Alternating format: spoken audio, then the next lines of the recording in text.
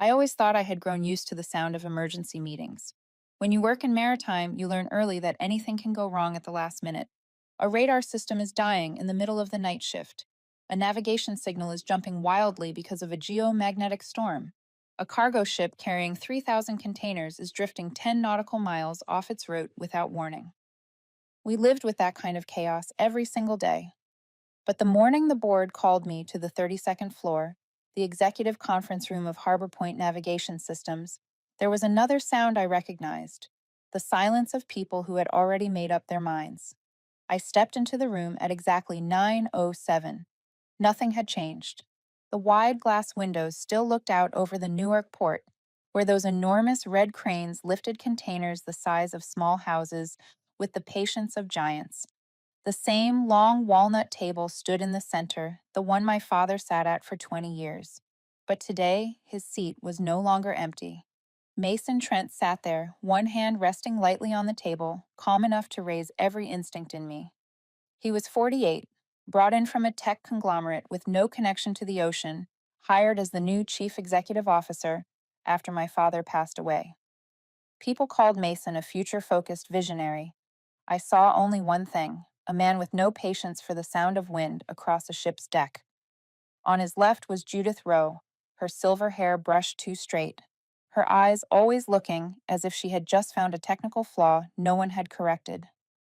Chief Financial Officer Brett Caldwell sat on his right, tapping his fingers on a stack of papers as if he were counting future profits. The remaining 7 board members avoided my gaze, a sign that needed no explanation. I set my laptop down in my usual seat. No polite smiles, no offer of coffee. I waited. They watched me as if expecting an emotion. Then Mason broke the silence. "Elena, we need to discuss your direction on the executive team." His voice was soft in the way a frayed rope is soft before it snaps. I nodded. "I am the Chief Maritime Operations Officer. My direction is here, same as the last 20 years. Judith cleared her throat. "The market is changing. New corporations have more modern data systems. You are excellent at operations. No one denies that. But leadership requires more than skill. It requires vision." I looked at them one by one. These were the same people who, a year ago, had dinner with my father to discuss the decentralized radar upgrades he was developing. I remembered the day I fixed a radar failure off the coast of Virginia, preventing a cargo vessel from crossing into a military route. The system had misread reflected waves, and I recalibrated it manually in 12 minutes. It was the first time the Department of Transportation formally praised me. Today, none of that seemed to matter. Brett spoke without looking at me. "We met internally. We agreed that the company needs someone aligned with the future. This is not personal." Of course, statements that are not personal are always the beginning of a decision that is entirely personal. Mason folded his hands, tilting his head like a man about to lecture a child. "You know how to operate radar systems. We need someone who knows how to operate the future." If he meant to provoke me, he did. But anger is something I learned long ago not to let anyone see. My father always told me that the ocean does not care about your feelings. It only cares if you can hold the wheel steady. Then they voted, one by one. Every head nodded to the proposal to remove me from the executive board, effective immediately. A decision polished so well that no one needed time to think. I heard the pen signing the document. Crisp, clean, without hesitation. When Mason closed the folder, his tone was light as a breeze slipping across the ocean. "Elena, thank you for your contributions. Security will assist you with your personal items." Assist. Such a polite word for pushing someone out of the place they built their life around. 2 security officers walked in. Their eyes softened when they saw me. They knew me. I had eaten lunch with them in the cafeteria, asked about their brutal night shifts. But today, they could only do the job given to them. I packed my laptop, my father's metal pen, and a few essential documents. The room stayed silent. No parting words, no handshake. In the hallway, I passed a few employees near the coffee machine. Some looked at me with regret. Some looked away, afraid of being caught in the wrong moment. Everyone understood what had happened. And I understood they could not change it. We reached the elevator. When the steel door slid open, the scene felt painfully familiar. The metal reflected my face, steady and cold, not the face of someone who had lost everything, the face of someone who had just been handed a lesson. I stood there, listening to the doors close. They think they cleared me out of their way. They have no idea I know every bolt in this corridor better than they ever will. The elevator began its descent. I slipped my hand into my coat pocket, feeling the cold metal of my father's pen. He used to say the most dangerous thing on the ocean is not the storm, but the people who have lost their compass. Today I saw a few of those faces. The building opened around me as I stepped into the lobby. The smell of morning coffee, the chatter of keyboards, the rush of footsteps. Everything looked the same, except I no longer belonged here. Or at least, that is what they believed. I pushed the glass doors open. The New Jersey wind struck my face, sharp and waking. Light rain tapped the pavement, forming small ripples. I paused and drew a long breath. In that cold, something became painfully clear. They made one critical mistake. They thought this was the end. But for someone like me, the moments you are thrown overboard are often the moments you surface the fastest. And before I tell you what happened next, I want to ask you something small. Where are you listening from? The salt air of Florida, the mountain stone of Colorado, the frozen quiet of Minnesota, or a quiet town in Ohio where the night trains still blow their horns at 3 in the morning. Wherever you are in this country, I want you to know something simple. Betrayal is only frightening when you are not ready. But once you see people clearly, the push out of the chair is sometimes just the signal that another journey has begun. There are truths you only see when you no longer have a chair to sit on. That line appeared in my mind as I drove away from the office, as if someone had whispered it into my ear through the cold afternoon wind. I thought I should drive home, sleep it off, let the humiliation settle. But sometimes the road decides to help you. My foot turned the wheel toward Livingston, where my mother still lived. The small house was quiet as always. My mother sat in the living room, the warm yellow lamp softening the silver in her hair, which had grown much longer since last year. She looked at me for a long second, her eyes trying to hold every hurt I carried into that room. "You are home," she said. No questions, as if she had known it all along. I sat down. The scent of chamomile tea eased my throat. She placed her hand on my knee, light enough to barely feel, yet somehow making me breathe deeper. "Your father used to say that not every storm at sea is frightening. The most dangerous thing is a captain who is not honest." I stopped. That sentence opened a corner of memory I had not touched in years. When I was 12, my father spread an entire nautical map across the kitchen table and taught me how to read depth contours. He said the true map of the ocean is under the surface, not on the calm layer above. You have to understand what others cannot see. Back then, I thought he was talking about work. Now I knew he was talking about people. I stayed a while longer before standing up. My mother did not hold me back or give me instructions. She only looked at me with the eyes of someone who knows her daughter is about to walk into another kind of wind. That night, I parked almost unconsciously in an empty lot. The streetlights cast a pale gold across the windshield. I opened my contacts and scrolled to a name I had not called in years. Ray Donovan. Ray answered on the second ring. His voice was deep and raw, like the worn surface of an old anchor. "What do you need?" he asked, wasting no time. I sent the company name, the list of people involved, and said it plainly. "I want to know what is happening behind my back." A short silence followed. Then Ray said that they had just pushed you off the deck. I know that kind of sound. He did not comment further. He only told me 3 days. But Ray moved faster than that. 2 days later, I received the first report. The binder was thick enough to make my arm feel heavier. I opened the first page, and within seconds, I knew this game was far more complicated than I imagined. The first truth froze me. A radar incident 3 months ago. The Horizon Star drifted nearly 14 nautical miles off course after the system misread a reflective signal. It nearly crossed into a Coast Guard lane. I had never been informed. The data file documenting the incident had been deleted from the system 3 hours later. The person who deleted it was Chief Financial Officer Brett Caldwell. I turned the page. A chain of emails appeared, recovered by Ray from a secondary server. In them, Mason communicated secretly with a foreign corporation, Ocean Tech Global, a name that chills anyone in maritime navigation. They were known for buying American technology and redirecting it into military applications in volatile regions around the world. One email had a short subject line: accelerate removal. The content said to remove her from the executive board sooner. The deal will be smoother. I leaned back in my seat, feeling the ground tilt slightly. Not from pain, but from realizing I had been standing too close to a sharpened edge without knowing it. Ray called right as I began reading the next section. There is more, he said. Brett transferred money through 3 newly formed contractors with no office, no staff, and no legitimate agreements.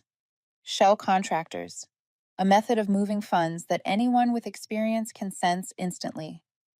I steadied my breath, but Ray was not done. You should look at the Avery Shaw section. Avery was the chief legal officer of Harbor Point, someone I once respected. When I opened the email he sent Mason and Brett, I understood how naive I had been. Remove Elena from the path, and every negotiation will be smooth.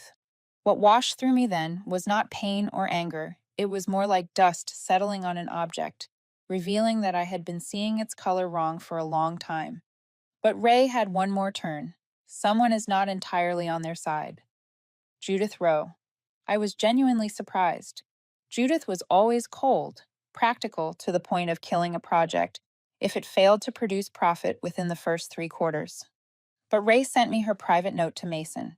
In it, she warned that selling tri-layered radar technology to a foreign corporation could draw attention from the Department of Homeland Security. Ray added that he did not think she was good, but she was not blind either. Maybe she understood what they were about to do crossed a line. I looked at the remaining pages. They all led to a conclusion I wished were untrue but could not deny. They did not just want me out. They wanted to sell the foundation my father had built, sell navigation technology that could shift the entire balance of maritime security. I closed the binder and looked up at my father's photograph on the wall. He was smiling with his hand resting on the hull of a ship still under construction. His eyes always looked that way, trusting, steady. And those eyes made me see more clearly what I had to do, even before I knew where the path would lead. There are moments when the ocean is calm, but the current beneath is what you should fear. And that night, I knew one thing. The current had begun to turn. They thought I had disappeared. I only changed the field. And sometimes changing the field is the best way to make your opponent lose your trail. For 3 days, after receiving Ray's report, I barely stepped out of my apartment. I spread the ownership chart across my kitchen table, each small square representing a person, a family, a retirement fund, or a former engineer who had spent a lifetime working beside my father. Harbor Point was not a giant corporation, but it was big enough that someone shoved out the door, like me, who could not easily shift the tide. But my father once said that you do not always need a strong wind to change a ship's direction. Sometimes you only need to turn the wheel at the right moment. I started with the people I trusted most. The ones who witnessed the radar incident were buried but could not say a word. The ones who understood what Mason and Brett were doing but stayed silent to keep their jobs. People whose voices had been squeezed dry by decisions made by those sitting too high above them. The first person I called was Marvin Lopez, the veteran engineer who had worked for the company for more than 30 years. Avery Shaw once cut his budget simply because his testing lab did not produce direct revenue. Marvin met me at an old warehouse on the edge of Newark, where he was repairing a wooden boat he had built himself. He looked at me, his shoulders thin, but his eyes just as sharp as the day I started in the field. If your father were still alive, he would have kicked them straight into the ocean, Marvin said, his voice carrying like sea wind across a ship's bow. He handed me a folder wrapped in plastic. I opened it. Technical documents Avery had ordered destroyed 8 months earlier. Inside were the full test reports for the tri-layered radar system my father developed. The documents showed that the system was still in refinement, nowhere near ready to be sold to anyone, let alone a foreign corporation with questionable intentions. Marvin sighed. Your father believed in transparency. These people do not. I tightened my grip on the folder. These documents were not only technical, they were proof that selling the technology could be genuinely dangerous. And more importantly, they showed that people inside the company still believed in my father's values. The second person I visited was Tom Briggs, the head of the offshore radar testing team, the man who had worked with my father back when Harbor Point was just a small workshop by the water. Tom opened the door, looking like someone who had just ended a night shift, his shirt carrying the scent of sea salt. I heard what happened, Tom said, folding his arms. And you know what the saddest thing is? Your father trusted those people. Trusted them enough to hand them everything he built. If he were still here, yes, I would bet he would have kicked them into the ocean himself. He handed me 2 sheets of paper, his ownership certificate and that of a technician who retired last year. Tom said simply that he kept them only because of your father. Now you need them more. I was not someone who cried easily, but in that moment, I turned slightly to hide the tightness rising in my throat. From men like Tom and Marvin, I started connecting each link. I met others in small coffee shops, in garages, in parking lots after closing hours, anywhere Mason and his team would not sniff out. Former employees of my father, many now retired, handed me the small percentages they still held. Younger technicians contributed in other ways: internal information, test models, and revoked emails. All small pieces. But when combined, they began forming a network. But Mason was not stupid, and he never allowed anyone he removed to return without resistance. On the evening of the 6th day, I noticed something off. A black sport utility vehicle was parked in front of my building. Lights off, no company markings. No one is going in or out, just sitting there, long enough to know it was not a neighbor's car. The next night, it returned. The third night, the same. No movement. I sat in my living room, watching the vehicle through the curtains, tension stretching along my spine. Not fear, awareness. Mason had begun to sense that something was wrong, and he chose the method people with power often use: watching, pressuring, reminding you they knew every breath you took and every step you made. I did not have a husband. My marriage ended 3 years ago when I finally understood that my husband could not endure the weight of my work or my unpredictable offshore schedule. We separated quietly, without a fight. I also had no children. My work had taken all of me. Only my mother remained, her heart growing weaker with time, but still trying to appear strong so I would not worry more. Maybe that was why the black vehicle bothered me. Not for myself, for her. She did not need any more stress. But fear, when aimed well, can make you sharper. I called Ray. He only said one thing: good. That means they know someone is playing on the ground they thought they owned. When the 10th day arrived, I looked at the ownership chart in front of me and saw the new number. 25%. Not much compared to the war I was about to enter, but enough to force any board to reconsider ignoring someone's voice. 25%. All gathered in silence. No one knew where I was coming from, and the real fight had only just begun. When an enemy begins to fear you, they often talk more than they think. And the strange thing is, the more power they have, the more mistakes they make. Harbor Point in those days was no different from a ship tilting in rough water. The funniest part was that they still believed they were standing on the command deck. The afternoon I reached 25% ownership, I received the first envelope: thick paper, black ink, and an embossed seal of the board. Inside was a nearly 2-page letter, full of elegant language, but its message was simple. They threatened to sue me for interfering with shareholders, destabilizing governance, and damaging the company's reputation. I finished reading and laughed. What reputation? The reputation they were quietly selling to Oceantech Global behind their employees' backs. The reputation they crushed when they hit a radar accident that nearly killed 100 sailors. Ray read the letter and shrugged. Their message is only one thing: they have seen you return. Less than an hour after the letter was sent, Mason called my personal number. His name appeared on the screen without a title, the kind of gesture meant to create a sense of familiarity, to make betrayal easier. I answered. Mason's voice was smooth as polished oil. Elena, I heard some rumors. It seems you are only hurting yourself. I leaned back in my chair. What rumors? He gave a soft laugh, the kind reserved for men who believe they are always right. You should spend time caring for your mother. With her health, this might not be the battlefield you should step into. I paused for a moment. Not from fear. From disappointment at how uncreative he was. Thank you, I said calmly. But this battlefield is the one my father built. and I was born on its deck. Do you really think I will run? Silence on the other end. I guessed Mason did not expect me to respond so lightly. When speaking with people like him, the one thing that throws them off balance is the calmness of the person they are trying to intimidate. After that call, I knew they were becoming impatient. And when frightened men grow impatient, they start making mistakes, like Chief Financial Officer Brett Caldwell, the man who once walked around the meetings as if he owned them, now had shaking hands when he signed documents. Ray discovered Brett had suddenly scheduled an appointment with a law firm specializing in negotiating federal immunity. That was the first crack. One frightened person will act to save himself. Two frightened people will begin to distrust each other. An entire board frightened will destroy itself. A week later, I unexpectedly received a call from Judith Rowe. She was not exactly an ally, but she had never been an open enemy either. Judith had served 3 terms in Congress. She understood law, power, and most of all, people. Her voice was quiet, but her words were sharp.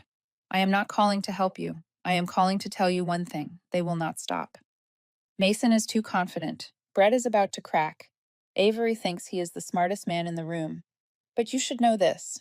I also want to see him fall. I asked why. Judith answered as if describing the weather. Because I hate men who think they are immortal. That is all. She hung up, leaving me with a strange feeling.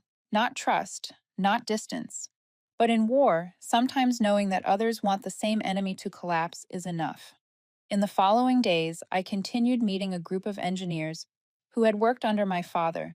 He used to pat on the shoulder while walking through the production floor.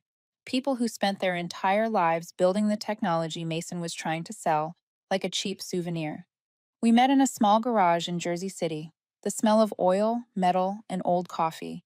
A space not elegant, but honest. I kept it short.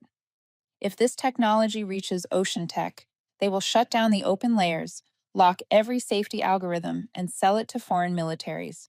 My father created it to protect American ships, not to sell to the highest bidder. They looked at one another for a long moment. Then one of them brought forward a set of papers with signatures. 12%. Everything they had. Everything they were willing to place in my hands.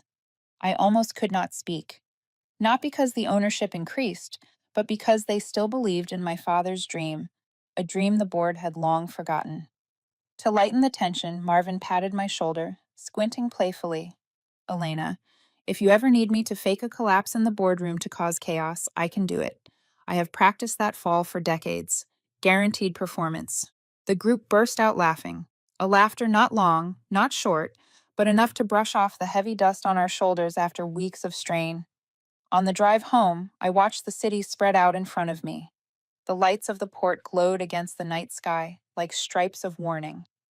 25% gained, 12% added, 37% in total, a number not enough to win, but enough to keep the board awake for many nights. I knew the war would be long and dangerous. But for the first time since being thrown out of the boardroom, I felt something clearly. I was not alone. From the shadows, a quiet army was taking shape. Not loud, not dramatic, but real. And when the shadows learn to unite, the light on the enemy's side begins to fade.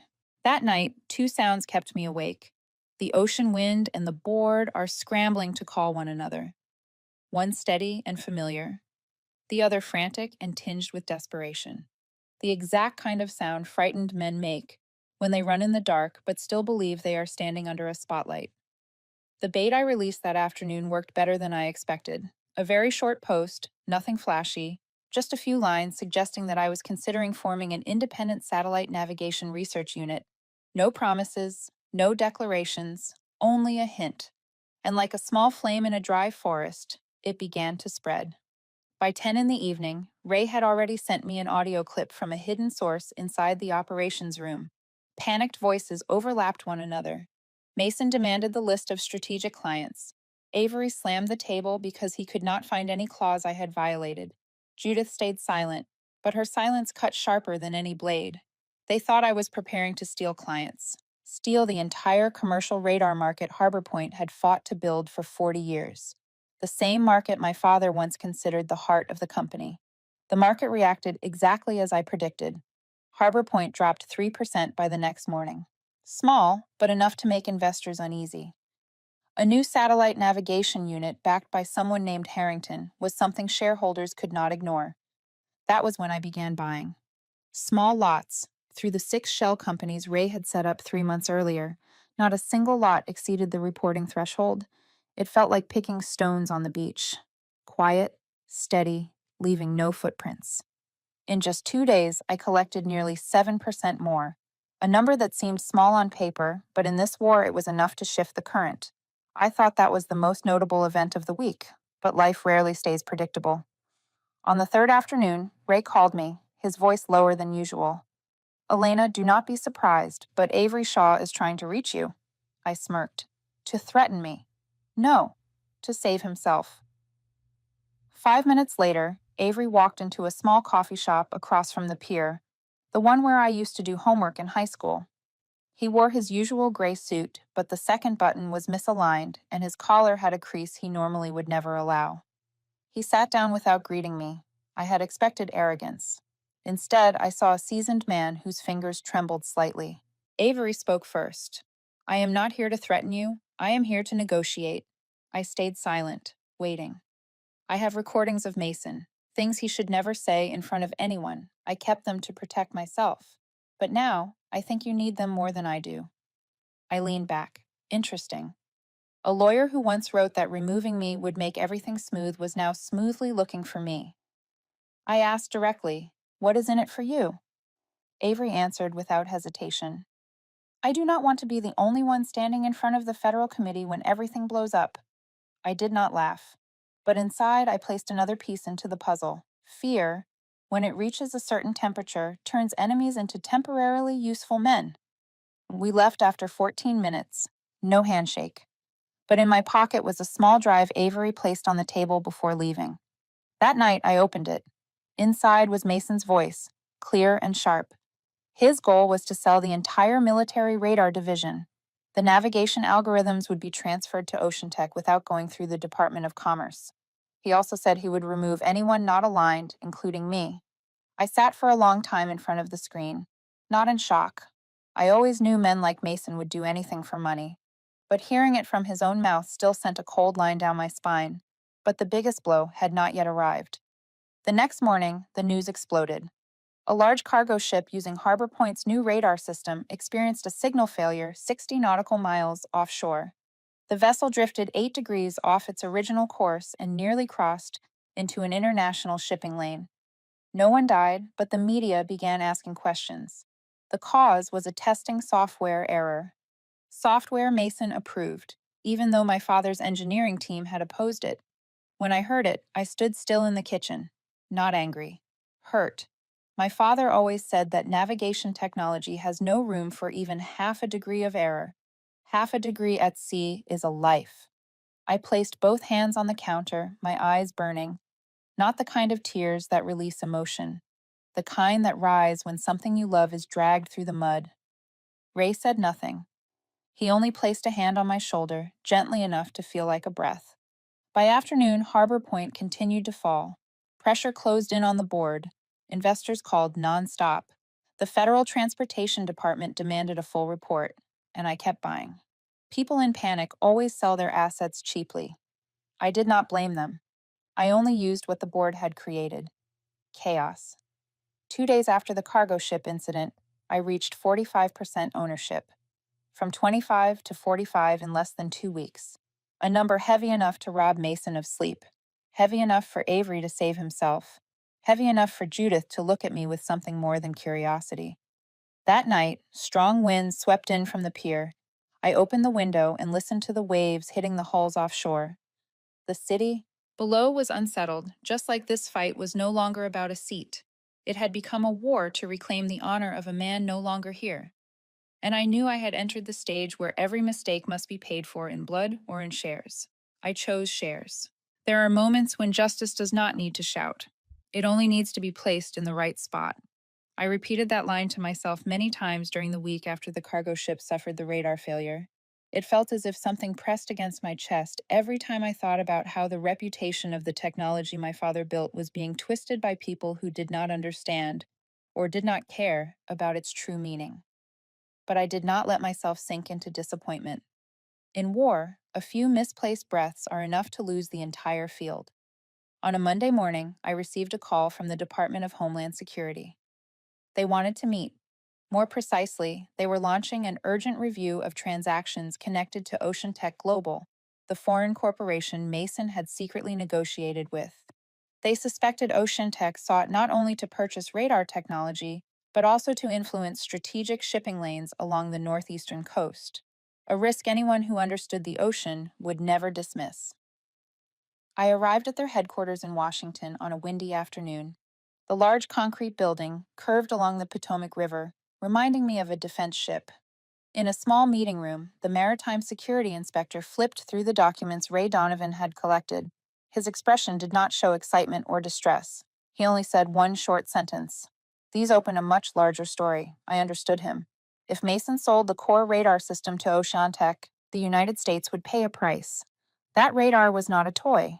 It was the eyes of hundreds of vessels, the safety of crews, and the invisible shield that protected the coastline. My father used to say that when a ship loses sight, the distance between life and death shrinks to the length of a single breath. The department asked for more evidence. I opened my bag and laid each document on the table. Mason's memo to Brett about altering radar parameters before the sale, the discussion sheet about cutting parts of the inspection process, the email from Avery suggesting they speed up the deal by removing the last obstacle, which everyone knew meant me. After the meeting, I stepped outside the building and stood on the wide lawn. The river wind scraped across my face. I knew from that moment that I had entered a battlefield far larger than a dispute over a leadership seat. This was no longer a corporate matter. This was a legacy. That evening, while reviewing additional documents Ray had sent, my phone buzzed. A message from an unfamiliar number, but I recognized the voice the moment I answered. Avery Shaw. He wanted to meet. Not to threaten, as he once did to employees, the board wanted him gone. His voice carried exhaustion, as if he himself had been caught in Mason's web of deceit. We need to talk, privately, and quickly. I agreed. We met in the basement parking lot of a building in Arlington. The yellow light washed over Avery's face, making him look 10 years older than the day I left the company. He pulled a small recorder from the inside of his suit and placed it in my hand. Mason trusts no one, not even me. That is why he exposes more than he realizes. I pressed play. Mason's voice came through, cold as winter water. After the shareholder meeting, sell the radar immediately. Do not let Elena interfere. She is the biggest problem. Move faster. I do not want Homeland Security catching the scent. That was enough. The recording was not just evidence. It was a slap across every word Mason had used to disguise himself with phrases like future or strategic leadership. His future was nothing more than a short-term profit sheet. But what about the future of the ships at sea? Who would protect them? Who would watch over the miles of coastline lit by the technology my father spent his life perfecting? Avery exhaled, his face heavy. I will be dragged down with him when this explodes. I need a way out. I looked him straight in the eye. I am not here to save anyone. Truth will decide that. If there is something you need to clean, do it now. Avery did not respond, but he nodded. 2 days later, internal emails from the board leaked to the press. Not by me. I knew the source instantly. Avery was abandoning the sinking ship, and he chose to drop the first anchor. The moment the emails hit the news, Mason called me, his voice erupting like a man backed into a corner. You did this, Elena. You want to destroy the whole company. I kept my tone steady. If you fear the light, it is because what you hold has never been clean. You should be asking why your internal emails are out there. He was silent for a few seconds. Then the call ended. That night, Judith Rowe called. She did not circle as usual. She went straight to the point. I am on your side. Not because I like you. Because I hate leaders who treat security technology like a product to trade. They will destroy the company. And I refuse to let history write my name in that group. A short call, but a decisive one. What followed was a chain reaction. 3 small investment funds that once hesitated to return my calls reached out. They did not want their capital entangled in a scandal. They wanted to stand with someone competent, someone proven, someone ethical. I offered all three. That weekend, I sat at my father's old desk in my mother's small house, looking at the newly updated ownership chart.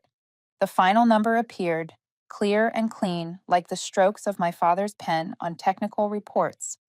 53%. I leaned back. No smile, no applause, no celebration. Only a quiet feeling, like still water before the wind rises. Justice does not shout. It only needs to be placed in the right spot, and I knew I had placed it exactly where it belonged. Fear is the loudest noise in a boardroom, if you know how to listen. I understood that the moment I stepped into the 18th floor hall of Harbor Point that morning. I did not need to look closely to know the board was trembling.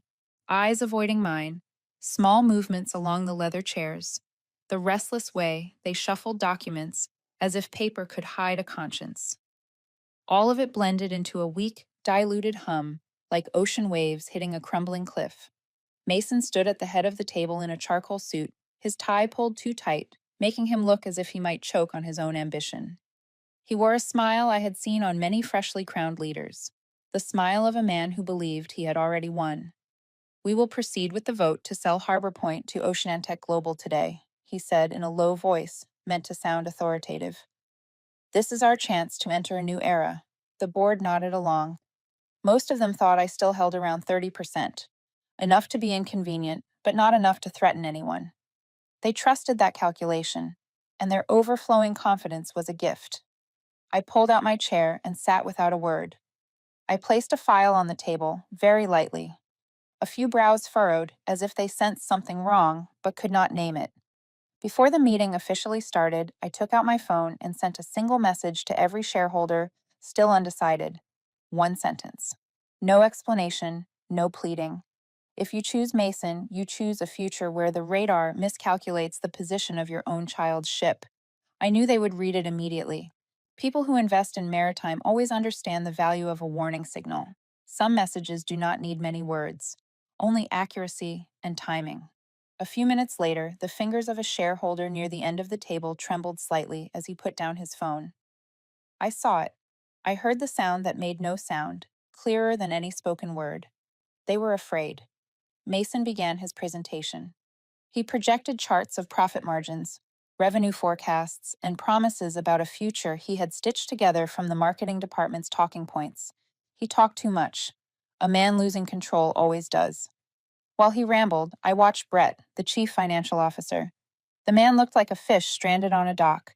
Red eyes, fingers gripping the table edge, his legs shaking continuously under the chair. I knew the truth was crushing him, and nothing weighs heavier than a truth forced into silence.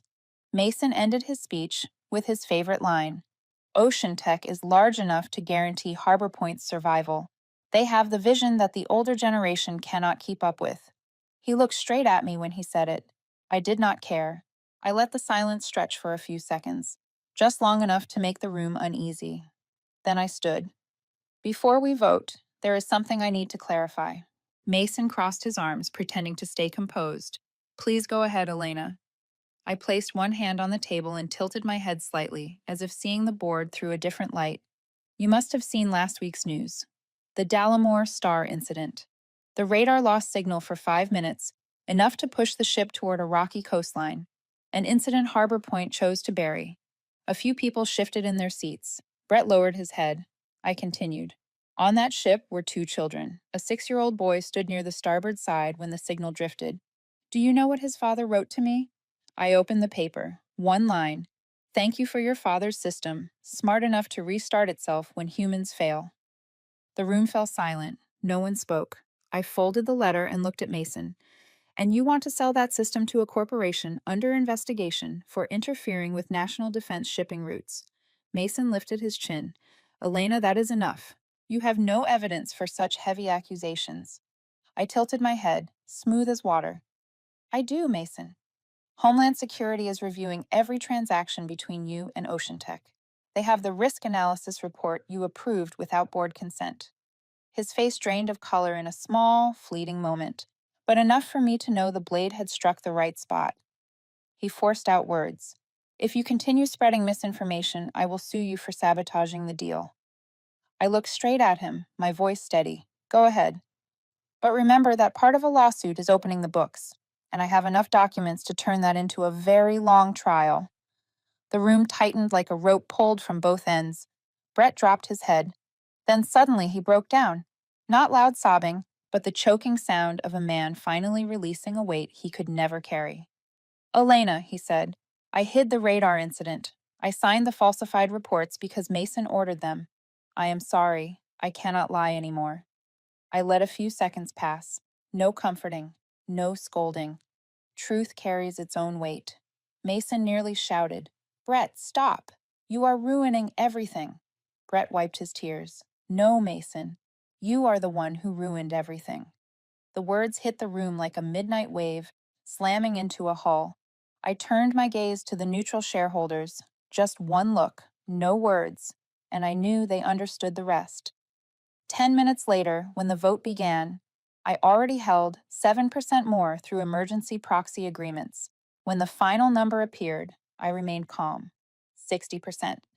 In the large boardroom of Harbor Point, fear still echoed, but this time it was not mine, and I heard it loud and clear. I walked out of that boardroom months ago with a visitor badge. I returned with the rights of an owner. That morning, Seattle lay under a thin layer of fog so dense the skyscrapers looked like ships stuck in the middle of an open ocean. I stood before the glass doors of the 18th floor conference room, the same place where 3 months earlier I had been escorted out before my shoes even touched the carpet. The door was the same, but the handle felt cold in a completely different way. Not the cold of humiliation, but the cold of an ending waiting for its final line. I pushed the door open, a room full of people, yet silent as a ship's hull, with every engine cut. The board sat in a long row, and at the center was Mason. He looked at me as if seeing something that should not exist in the world. He thought he had locked shut. Elena, who allowed you in here? He shot up from his chair, face burning red. Security, get her out of here now. 2 security officers entered. I did not move. I simply looked at them the way a captain studies 2 sailors who are unsure who the true commander is. One of them spoke first, his voice low but respectful.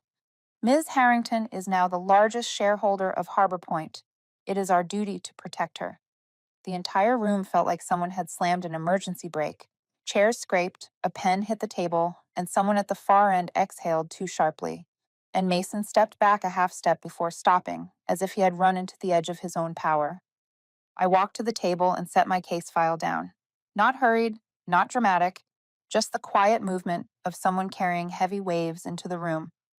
I opened the folder and turned the first page.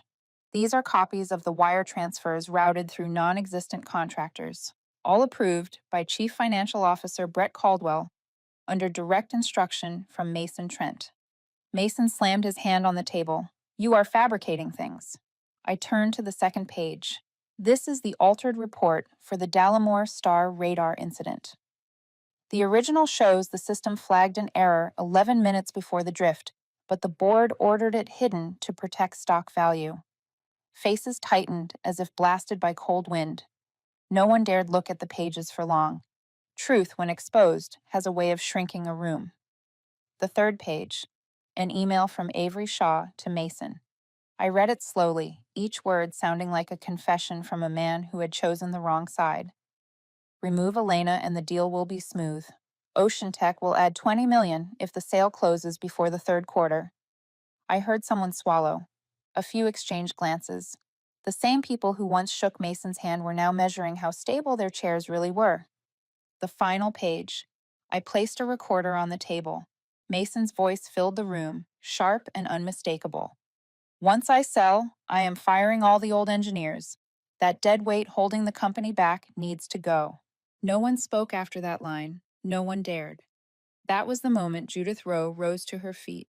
She did not look at me, or at Mason. She looked straight at the ones who had supported him, with the eyes of a woman who had seen too much politics to tolerate one more cheap stunt from an ambitious fool. I am voting to remove the entire board, she said, each word slicing through the room like a blade slipping through cloth. And by policy, I request an immediate motion. Mason lurched forward. Judith, what do you think you are doing? She turned toward him, her tone unchanged. What I should have done from the beginning. I picked up the folder again, pulled out the final document, and handed it to the board secretary. Under company bylaws, the majority restatement clause activates when any shareholder holding more than 50% calls for a full leadership restructuring. I currently hold 60% of Harbor Point. I am activating that clause now. The last words fell onto the table as a steel anchor dropped into deep water, and they pinned every escape route the board had left. The announcement was read aloud. By regulation, the entire board was immediately stripped of authority and required to resign in the same session, with no vote required. The room is split into two currents, one of relief and one of fear, clinging to those who still thought they could resist the tide. Mason knocked his chair back and pointed at me as if a single finger could stop a rising tide. Who do you think you are? You lived off your old man's shadow. Without him, you are nothing. You do not understand how this world works. I looked at him for a long moment, then answered, my voice quiet as ice. You did not lose because of me. You lost because you thought you were smarter than the ocean. The silence that followed was the kind no one wants to touch. I gathered the documents, locked my case, and turned to leave. Behind me, security began collecting badges, laptops, and phones from every board member. Soft clicking sounds filled the room, but to me, they were the sound of anchor chains lifting from the water. Harbor Point was preparing to turn. When I opened the door to step out, I saw employees lined up along the hallway. Many avoided my eyes, but not out of shame, out of emotion. I saw it in the way they stood straighter, in the way they held their folders as if someone had finally stood up for them. I did not smile. I simply nodded and walked out of the room that had once been full of shadows, feeling for the first time the light I had pulled back with my own hands. Some returns are not meant to prove anything, but to finish what was left undone. I understood that most clearly on the first morning I sat again in my father's office, the room I had avoided for years, because I could not stand its silence without him. The gray-blue walls were still there, the ship models he built by hand still resting in the glass cabinet. The wooden shipyé, nearly a foot long, the one he once said would be the prototype for the next generation radar system, sat exactly where he had left it. A thin layer of dust on its deck made it look as if it had just completed a long voyage. I touched the side of the hull lightly, cold. But the cold of time, not the cold of loss. For the first time in months, I felt I could breathe. That afternoon, I called an internal meeting with the remaining team leaders. No theatrics, no grand speeches, just three things that needed to be said clearly and without hesitation. First, all negotiations with Ocean Tech were terminated immediately. No deal was worth jeopardizing the maritime safety we had built. Second, the engineering teams Mason had cut were fully restored. Those who had been labeled obstacles were returned to the roles they belonged in. They were not rusted. They were the backbone of this technology. Third, I announced the SeaSafe program, a free radar inspection initiative for commercial vessels using Harbor Point systems, especially in areas prone to sea fog. My father used to say that if your technology can save one ship, it deserves to be checked 10 times. The room stayed silent for a few seconds, then broke into applause. Not loud applause, the kind that comes from people who feel they have just escaped a dangerous whirlpool. Judith Rowe approached me after the meeting. Her sharp gaze was still there, but softened around the edges. Perhaps for the first time, she did not look cold. I am not apologizing, she said, her tone direct. But I want to finish the part of the path that still needs fixing. If you want, I will serve as a strategic advisor. No spotlight, no authority, just the work of repairing what we let drift. I looked at her for a moment and nodded. Not everyone who once stood on the wrong side is a traitor. Some only need a chance to correct their course. She was one of them. Later that day, I walked down to the radar testing floor. The air smelled of engine oil, familiar and grounding.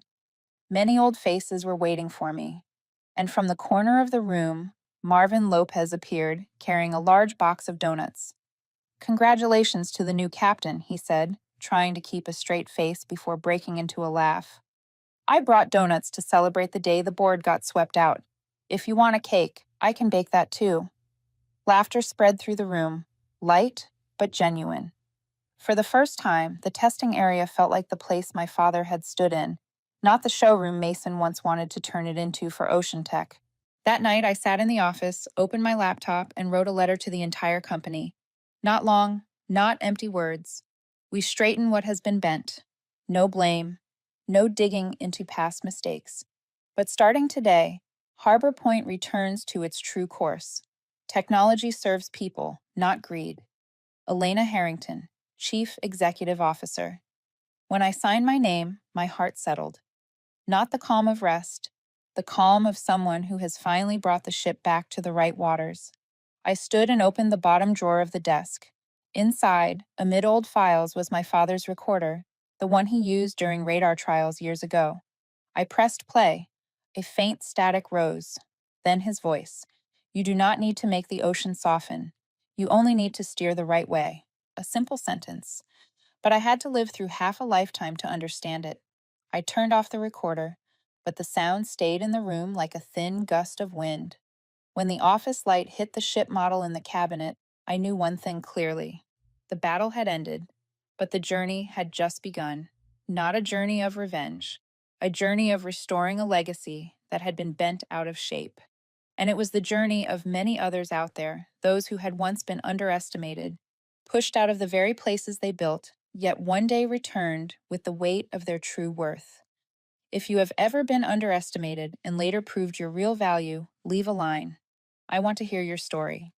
And if you want more American workplace tales that are real, painful, and satisfying, subscribe to the channel. There is much more to tell.